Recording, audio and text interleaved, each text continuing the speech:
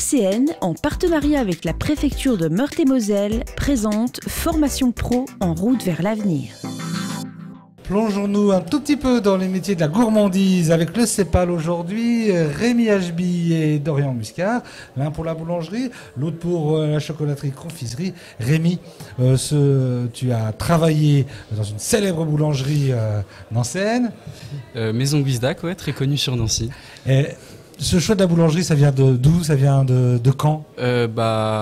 C'est à partir. J'ai fait une seconde à Loritz. C'est à partir de ce moment-là, je me sentais plus à l'aise de faire quelque chose de mes mains.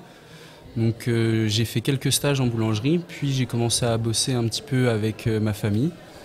Et au fur et à mesure des choses, j'ai décidé de prendre l'apprentissage et d'arrêter complètement le lycée. Ta famille est dans le métier? J'ai pas mal de cousins cousines qui sont soit boulangers, soit pâtissiers. Ah, quand même. Alors, ça a inspiré? Ça a inspiré, mais je suis pas dans le labo depuis tout petit, on va dire. Et ça te plaît? Ça me plaît complètement. C'est pourtant drôlement exigeant. Exigeant, oui et non, on prend du plaisir, on partage des choses et on aime voir les gens manger ce qu'on fait. Alors le plaisir, c'est quoi? C'est la qualité du produit? La qualité et maintenant de plus en plus la beauté. Et... Ah ouais? Ah oui, maintenant on cherche à quelque chose de beau, pas seulement bon. Un homme heureux dans sa formation, dans son parcours d'apprentissage. Ouais, ça se voit.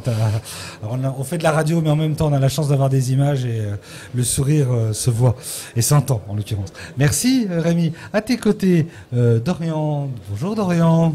Bonjour, Christophe. Alors toi, vu ton nom, le chocolat, tu connais un petit peu quand même. Oui, plutôt, oui, effectivement. Du coup, c'est un héritage familial, ce goût de la confiserie et du chocolat? Je le donne, j'ai pas donné de nom, c'est Dorian Muscard. Oui, j'ai toujours été un peu plongé dedans, effectivement, grâce à mon père. Alors ça a commencé par mon grand-père d'abord. J'allais dire, il y a le grand-père aussi. Exact. Il a commencé, puis ensuite mon père qui est arrivé juste derrière. Et donc moi qui arrive ensuite. Et toi, Pardon, c'est une question un peu perso, mais il y a un côté intime, il y a une côté filiation, c'est la suite de la famille. Ça compte un peu pour toi? Pour moi, oui, bien sûr. C'est quelque chose qui est important et c'est vraiment le but ultime d'arriver jusqu'à reprendre la succession de mon père. Bien sûr, c'est important. Ouais, c'est important. C'est extraordinaire, ça fait envie à tout le monde le chocolat. Ça plaît à tout le monde. Tout le monde. Personne n'aime pas le chocolat. Mais, merci Dorian, merci Rémi pour vos témoignages. Dites donc, monsieur Rimet, vous êtes le directeur du CEPAL. C'est facile quand même avec des jeunes comme ça? Ah, très, très facile. Et il y en a de plus en plus. Mais globalement, dans nos CFA, on a un public très intéressant, très investi. Et en plus, ça a toujours été le cas? Oh oui, régulièrement. Oui. Ouais. On a un bon public, on n'a pas à se plaindre de notre public. Et puis en plus avec les métiers qu'on représente. Alors c'est parce que c'est quoi? C'est l'art de la table, en plus en France, de la gourmandise, du bonheur de partager. Oui aussi. Puis voilà, les jeunes sont confrontés rapidement à la vie.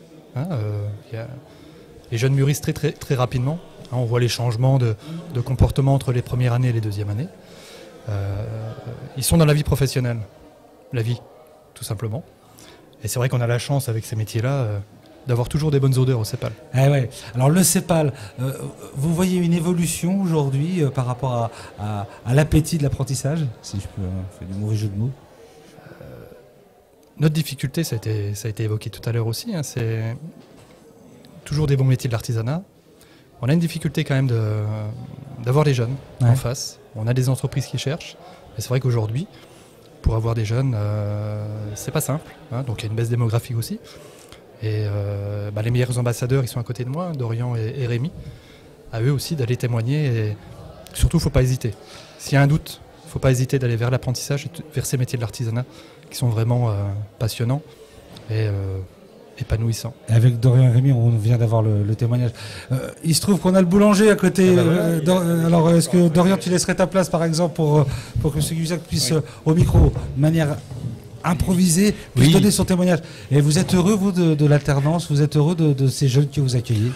Vous savez, pour nous, les chefs d'entreprise d'aujourd'hui, d'avoir des apprentis, ça nous donne un peu comme une seconde vie, quoi. C'est la jeunesse qui nous ramène, et surtout qu'on a des apprentis comme Rémi ou comme ce jeune homme-là, comme Thomas. C'est beaucoup de chance pour nous. Parce que, le but aussi dans la vie, c'est de faire passer le savoir-faire.